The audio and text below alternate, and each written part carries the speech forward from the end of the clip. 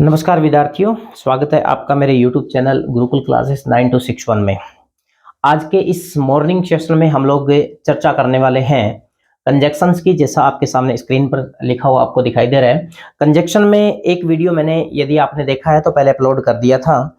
उसमें हमने कंजक्शंस का प्रयोग उन वाक्यों में किया था अगर जो दो वाक्य दिए उनके सब्जेक्ट आपके पास सेम ही दे रखे हो, एक ही हो। ठीक है ना। आज हम इस सेशन में जो चर्चा करने वाले हैं उसमें हमने फर्स्ट टाइप किया था, इसमें हम लोग चर्चा करने हैं टाइप सेकंड की। और टाइप सेकंड यहाँ पर कौन सा है? जब दोनों वाक्यों का सब्जेक्ट अलग अलग होगा। जब सब्जेक्ट दोनों वाक्यों का अलग अलग होगा तो फिर उसका हम लोग किस प्रकार से कंजक्शन का प्रयोग करते हुए वाक्य का हल करेंगे, जब सब्जेक्ट अलग अलग दिया हो। ठीक है, उसमें हमने एक ट्रिक प्रयोग में ली थी और यहाँ पर भी हम लोग एक ट्रिक प्रयोग में लेंगे। ठीक है ना। जैसे मैंने उसमें भी आपको कहा था कि आप किसी भी ग्रामर की गाइड को यदि पढ़ रहे हैं तो उसमें बहुत डिटेल स्टडी दी होती है, बहुत कुछ अपने को पढ़ना पड़ता है। ठीक है, यहाँ सीधी सी ट्रिक अपने को काम में लेनी है। मतलब 1 मिनट के अंदर यदि दो वाक्य हैं और उनके सब्जेक्ट अलग अलग दे रखे हैं तो 1 मिनट के अंदर अंदर हम लोग कैसे दो वाक्यों को जोड़ना होता है कंजक्शन की सहायता से, वो हम लोग सीख जाएंगे। ठीक है ना। और इससे पहले मैंने जैसे आपको प्रारंभ में बताया कि इसका जो फर्स्ट टाइप है वो मैंने एक उसका भी वीडियो अपलोड कर दिया है। यदि आपने वो देखा नहीं है तो आप लिंक मैं आपको डिस्क्रिप्शन में दे दूंगा, वहां जाके उस वीडियो को भी जरूर देखो, क्योंकि एग्जाम के अंदर दोनों टाइप में से कोई भी आ सकता है। या तो सब्जेक्ट समान वाला आ सकता है, सब्जेक्ट अलग वाला आ सकता है। चलिए, यहाँ पर बिना अपने समय खराब किए मैं आपको बता देता हूँ ट्रिक। जो दो सेंटेंस दे रखे हैं, दोनों सेंटेंस का सब्जेक्ट अलग अलग दिया हुआ है, उन दोनों को जोड़ना है किसी कंजक्शन की सहायता से। कंजक्शन आपको ब्रैकेट में दिया हुआ मिल जाएगा, तो कैसे हम जोड़ेंगे। चलिए, सबसे पहले आपको क्या करना है, मैंने यहाँ पर लिखा है फर्स्ट। जिन्होंने मेरा पहला वीडियो देख लिया है उनको पता है ये फर्स्ट क्या है। और जो अब पहला इस वीडियो को पहली बार देख रहे हैं तो मैं बता दूंगा आपको, पहले अपने ट्रिक देख लीजिए। इसके बाद अपने को क्या करना है, प्रथम वाक्य का सब्जेक्ट लगाना है। प्रथम वाक्य का सब्जेक्ट लगाना है। चलिए, लगा दिया गुरुजी। इसके बाद आपको यहाँ पर मैंने लिखा है सेकंड, वो इस बात आ गई, जैसे फर्स्ट का पता चलेगा वैसे सेकंड का पता चल जाएगा। इसके बाद आपको क्या करना है, दूसरा पूरा वाक्य उतारना है। दूसरा पूरा वाक्य उतारना है। होगी ट्रिक कंप्लीट, आंसर आपका सही, कोई भी गलत नहीं करेगा। सबसे पहले आपको फर्स्ट क्या होता है वो भी मैं आपको बता रहा हूं। प्रथम वाक्य का सब्जेक्ट उतारना है, सेकंड भाग उतारना है और दूसरा पूरा वाक्य उतारना है। चलिए, ये सस्पेंस भी खत्म कर देता हूं, फर्स्ट क्या और सेकंड क्या है। ब्रैकेट के अंदर आपके पास जो कंजक्शन दिया हुआ मिलेगा, मान लीजिए कि कंजक्शन दे रखा है not only but also. Not only but also, ठीक है ना। तो ये जो फर्स्ट है, ये कंजक्शन ज्यादातर क्या होते हैं आपको ब्रैकेट में जोड़े में दिए हुए मिलेंगे। तो कंजक्शन यहाँ पर नॉट ओनली जोड़े का पहला भाग है, बट ऑल्सो इस जोड़े का दूसरा भाग है। तो ये जो मैंने यहाँ पर फर्स्ट लिखा है इसका मतलब नॉट ओनली है, और सेकंड लिखा है इसका मतलब बट ऑल्सो। इसी तरह से बोथ एंड का यदि अपने को प्रयोग करना हो तो फर्स्ट भाग बोथ हो गया, सेकंड भाग एंड हो गया। आइदर और का प्रयोग करना हो तो फर्स्ट भाग आइदर हो गया और सेकंड भाग और हो गया। नाइदर नॉर का प्रयोग करना हो तो फर्स्ट भाग नाइदर हो गया और सेकंड भाग नॉर हो गया। Is that clear? अब अपने सीधे से एग्जांपल्स पर आ जाते हैं। ठीक है ना। उसके बाद में छोटी छोटी डिटेल्स या बारीकियां जो है उन पर भी हम लोग चर्चा करेंगे। मान लीजिए आपके पास सेंटेंस दिया हुआ है, Monu was playing a piano. Monu was playing a piano. दूसरा वाक्य दे रखा है, Sonu was playing a piano. विशेष ध्यान आपको रखना है, जब भी आप दोनों वाक्यों को हल करके एक करें, कंजक्शंस का आपने प्रयोग करना शुरू किया है, ट्रिक आपके दोनों याद है, लेकिन सबसे पहले आपको देखना यही पड़ेगा दोनों वाक्यों के सब्जेक्ट एक ही है या फिर अलग अलग है। क्योंकि आपकी जो पहले, जैसे मैंने आपको बताया पहले वाले वीडियो में जो मैंने ट्रिक आपको बताई थी वो दोनों वाक्यों का सब्जेक्ट एक ही था, उसके लिए बताई थी। और आज हम जो इसमें सीखने वाले हैं, इसमें आपके पास दोनों वाक्यों का सब्जेक्ट अलग अलग होना चाहिए। ठीक है। तो यहाँ पर एक पहले वाक्य में सब्जेक्ट आपके पास मोनू दिया हुआ है, दूसरे वाक्य में सब्जेक्ट सोनू दिया हुआ है। अब ब्रैकेट के अंदर कोई भी कंजक्शन दिया हुआ मिल जाए, एक्स वाई जेड। चलिए, मान लीजिए मैंने यहाँ पर कंजक्शन थोड़ी देर पहले आपको बताया था, वही लिख देता हूँ, not only but also. Not only but also का प्रयोग करना है।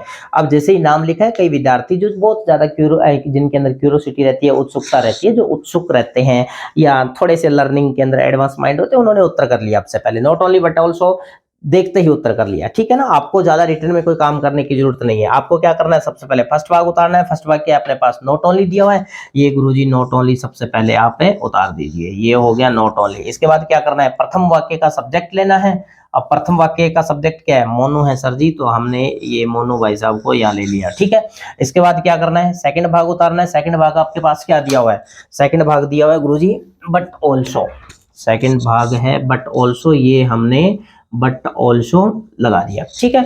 अब क्या करना है, दूसरा पूरा वाक्य उतारना है। दूसरा पूरा वाक्य है Sonu was playing a piano, ये उतार दिया, Sonu was playing a piano, और आपका उत्तर हो गया सही। Not only Monu but also Sonu was playing a piano. कुछ भी नहीं सोचना है, जो ट्रिक के अंदर जो स्टेप लिखे हुए हैं उनका प्रयोग करोगे। कंजक्शन कोई भी दिया हुआ है, इस ट्रिक का प्रयोग करना है। जहां जहां छोटी छोटी बारीकियां होगी, मतलब छोटे छोटे कोई भी तथ्य होंगे, उन पर मैं चर्चा निश्चित रूप से आपको बता दूंगा, करूंगा। ये आपको इतना ट्रिक या सूत्र कह सकते हैं, इसको पैटर्न कह सकते हैं, ये अपने याद होनी चाहिए, उत्तर आपका सही हो जाएगा, ठीक है। अब इसके अंदर पहला आसान मैंने वाक्य लिखा था। अब अगर बीच में कोई अपवाद वाली स्थिति आ जाए, वैसे कोई ग्रामर में अपवाद नहीं, ये इस ट्रिक क्योंकि ट्रिक है, तो इसमें अगर छोटी छोटी जो बातें हैं उनको मैं अपवाद कह रहा हूं, ठीक है ना। चलिए एक एग्जाम्पल और लिख रहा हूं, उससे अपनी स्थिति भी क्लियर होगी कि वो सामने कौन से अपवाद आ रहे हैं। मान लीजिए आपके पास वाक्य दिया हुआ मिल गया अपने को, he is a teacher, he is a teacher. दूसरा वाक्य दिया मिल गया, सी इज ए टीचर। प्रयोग आपको करना है बोथ एंड का, इसका प्रयोग करेंगे बोथ एंड का। अब जो बारीकी मैं आपको समझा रहा हूं वो बोथ एंड दिया हुआ हो या फिर एंड दिया हुआ हो, इस पर लागू होगी, बाकी और कोई कंजक्शन पर लागू नहीं होगी। बोथ एंड या फिर सीधा ब्रैकेट में आपको दिया मिल जाए एंड, केवल इस पर ही ये लागू होगी। क्या करना है, पहले तो आपने देख लिया दोनों वाक्यों का सब्जेक्ट अलग अलग है, ट्रिक ये काम में लोगे, चलो ले लीजिए अपना जो ट्रिक के हिसाब से जो उत्तर बन रहा है वो बना दीजिए। गुरुजी हमने सबसे पहले पहला भाग उतारना है, बोथ उतार दिया। पहले वाक्य का सब्जेक्ट लेना है, ही उतार दिया। दूसरा पूरा वाक्य उतारना है, उतार दिया, सी इज ए टीचर। ये मैंने उत्तर बना दिया, और ये उत्तर किसके हिसाब से बना है, इस ट्रिक के हिसाब से है। अब जो बारीकी अपने को ध्यान में रखनी है वो क्या ध्यान में रखनी है,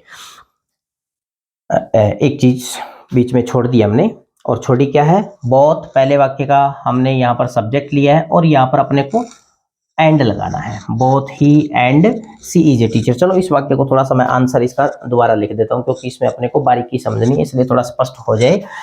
both he and she is a teacher, clear.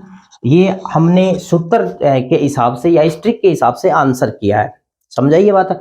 चलिए अब इसमें गड़बड़ क्या है, ध्यान क्या रखना है, ध्यान अपने को ये रखना है कि आपके पास दो सब्जेक्ट, एक तो ही एक सी, कोई भी हो सकते हैं वो दो सब्जेक्ट हमारे किससे जुड़ रहे हैं, एंड से जुड़ रहे हैं। तो सब्जेक्ट वर्ब एग्रीमेंट के अकॉर्डिंग यदि दो नाउन हो चाहे दो प्रोनाउन हो, यदि वो एंड से जुड़ रही है तो फिर वो सब्जेक्ट आपका प्लूरल बन जाता है, और प्लूरल वर्ब सब्जेक्ट के साथ में आपको प्लूरल वर्ब की ही प्रयोग करना होता है। तो यहां पर इज की बजाय क्या आ जाएगा, आर आ जाएगा गुरुजी, ठीक है ना। अभी भी ये करेक्ट नहीं हुआ है, अभी भी इसमें प्रॉब्लम है। आपका वाक्य क्या था कि ही इज टीचर, कोई आदमी है वो अध्यापक है, आगे से इज ए टीचर, कोई औरत है वो टीचर है, तो आदमी भी टीचर है औरत भी टीचर है। अब आपने दोनों को एक वाक्य में संजोने की कोशिश की, तो फिर हेल्पिंग वर्ब आपकी बहुवचन होगी, तो आगे टीचर भी आपके पास बहुवचन होना चाहिए। तो ए टीचर जो दे रखा है वो किस में चेंज हो जाएगा, बहुवचन में। ए टीचर का क्या हो जाएगा, टीचर्स। उत्तर क्या होगा, both he and C are teachers. आई बात समझ में। चलिए एक सेंटेंस और देखोगे, सीधा उसका मैं उत्तर कर रहा हूं। सेंटेंस हमने लिख दिया, सीमा राइट्स ए नोवेल। दूसरा लिख दिया मैंने, मीना राइट्स ए नोवेल। प्रयोग मान लीजिए कि अपने को करना है एंड का, चाहे बोथ एंड का हो चाहे एंड का हो, एक ही बात होती है। चलिए अब दोनों वाक्यों का सब्जेक्ट आपके पास अलग अलग दिया हुआ है, ये ट्रिक अपने को काम में लेनी है। ट्रिक के हिसाब से आपको सबसे पहले पहला भाग उतारना है। पहला भाग आपके पास यहाँ पर है ही नहीं, ठीक है ना। क्यों नहीं है? क्योंकि बोथ एंड होता है और बोथ एंड में पहला भाग बोथ होता है, दूसरा एंड होता है, तो आपके पास सीधा एंड दे रखा है। चलिए पहला भाग नहीं है तो कोई दिक्कत नहीं है। इसके बाद अपने को क्या करना है, प्रथम वाक्य का सब्जेक्ट लेना है। प्रथम वाक्य का सब्जेक्ट क्या दिया हुआ है, सीमा दिया हुआ है गुरुजी, ये हमने सीमा ले लिया। इसके बाद दूसरा भाग उतारना है। दूसरा भाग क्या दे रखा है, एंड दे रखा है गुरुजी, ये हमने एंड लगा दिया। अब क्या करना है, दूसरा पूरा वाक्य उतारना है। दूसरा पूरा वाक्य उतार दीजिए आप, मीना राइट्स ए नोवेल। अब ये ट्रिक के हिसाब से हमने उत्तर किया है, ठीक है ना।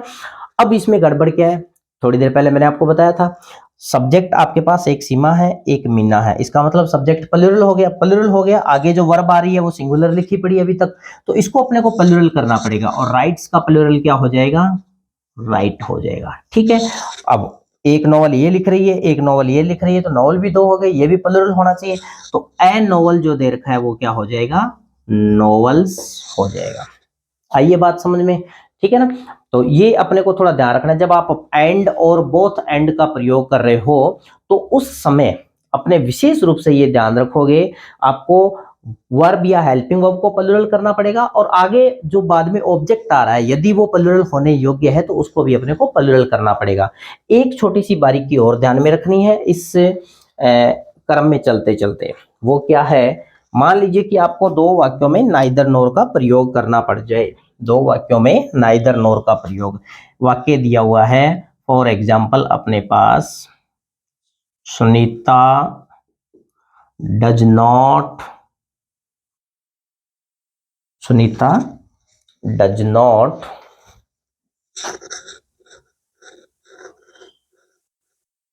कुक राइस, ठीक है। दूसरा वाक्य अपने को दिया मिल गया, Anita does not cook rice. Clear.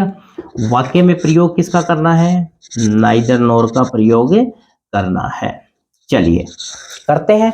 दोनों वाक्यों का सब्जेक्ट अलग अलग दे रखा है, अलग अलग दे रखा है, तो आपको ये ट्रिक काम में लेनी है। सबसे पहले पहला भाग उतारिए। पहला भाग क्या दे रखा है, नाइदर दे रखा है, तो इसको उतार दीजिए, ये हमने लिख दिया नाइदर। अब क्या करना है, पहले वाक्य का सब्जेक्ट लेना है। पहले वाक्य का सब्जेक्ट क्या दे रखा है, सुनीता, सुनीता को भी हमने नोट कर दिया, ठीक है। अब क्या करना है, दूसरा भाग उतारना है। दूसरा भाग क्या दे रखा है, नोर दिया हुआ गुरुजी, ये हमने नोर उतार दिया। फिर इसके बाद क्या करना है, दूसरा पूरा वाक्य उतारना है। दूसरा पूरा वाक्य उतार दीजिए और जो बारीकी है उसको हम बाद में समझेंगे। Anita does not cook rice. Clear. इस ट्रिक के हिसाब से ये उत्तर हुआ। यदि आपने मेरा पहले वाला वीडियो देखा है तो उसमें एक चीज मैंने आपको समझाई है, और वो क्या समझाई है, नाइदर नोर का जब भी अपने को प्रयोग करना होता है तो वो हमेशा नेगेटिव वाक्य में होता है, और नेगेटिव वाक्य में जैसे ही आपने नाइदर नोर का प्रयोग किया है तो ऑलरेडी जो उस वाक्य में नेगेटिव शब्द दिया हुआ मिलेगा, उस नेगेटिव शब्द को अपने को हटाना पड़ेगा। और उसमें मैंने आपको ये भी चर्चा बताई थी, टोटल 24 हेल्पिंग वर्ब्स होती है, टोटल 24 ऑक्सिलरीज होती है, उसमें से 3 ऑक्सिलरीज ऐसी होती है जब आप उस नोट को हटाओगे, जब आप उस नोट को हटाओगे तो वो 3 जो ऑक्सिलरीज है वो नोट के साथ में ही हट जाएगी, और बाकी की जो 21 है वो 21 नहीं हटेगी, केवल उसमें नोट नोट को ही हटाना होगा। अब गुरुजी वो 3 कौन सी होती है, तो वो 3 होती है, एक तो डू, एक होती है डज और एक होती है डिड, ठीक है ना। तो यहां आपको ये डज नॉट हटाना पड़ेगा, ये ध्यान रखना है, ठीक है ना। अब डज नॉट को जैसे ही आप हटाओगे, पीछे वाले वीडियो में आप जाके देखोगे, डज नॉट जैसे ही हटेगा तो आगे दी हुई जो वर्ब है उसको आपको उस वर्ब में एस या ईएस जोड़ना पड़ेगा, ठीक है ना। यदि यहाँ पर डिड नॉट होता तो इसकी सेकंड फॉर्म हो जाती, डू नॉट हटाते तो इसके साथ आपको कोई छेड़छाड़ नहीं करेगा। डू नॉट का मतलब डू नॉट हट जाएगा, ये सीधी कुक की कुक की आ जाती। डज नॉट हटाया तो इसमें एस या ईएस जोड़ना पड़ेगा, और डिड नॉट हटाया तो इसकी सेकंड फॉर्म करनी पड़ती है अपने को, ठीक है ना। तो ये आपके 2 टाइप थे, जब सब्जेक्ट समान हो, सब्जेक्ट अलग अलग हो, और दोनों में यदि अपने को कंजक्शन का प्रयोग करना पड़े। अब कुछ कंजक्शंस ऐसे होते हैं जिनके अंदर ये ट्रिक्स, जो फर्स्ट टाइप सेकंड टाइप दोनों की जो ट्रिक है वो काम में नहीं आने वाली, उन पर हम लोग चर्चा करेंगे नेक्स्ट सेशन में। तब तक के लिए नमस्कार।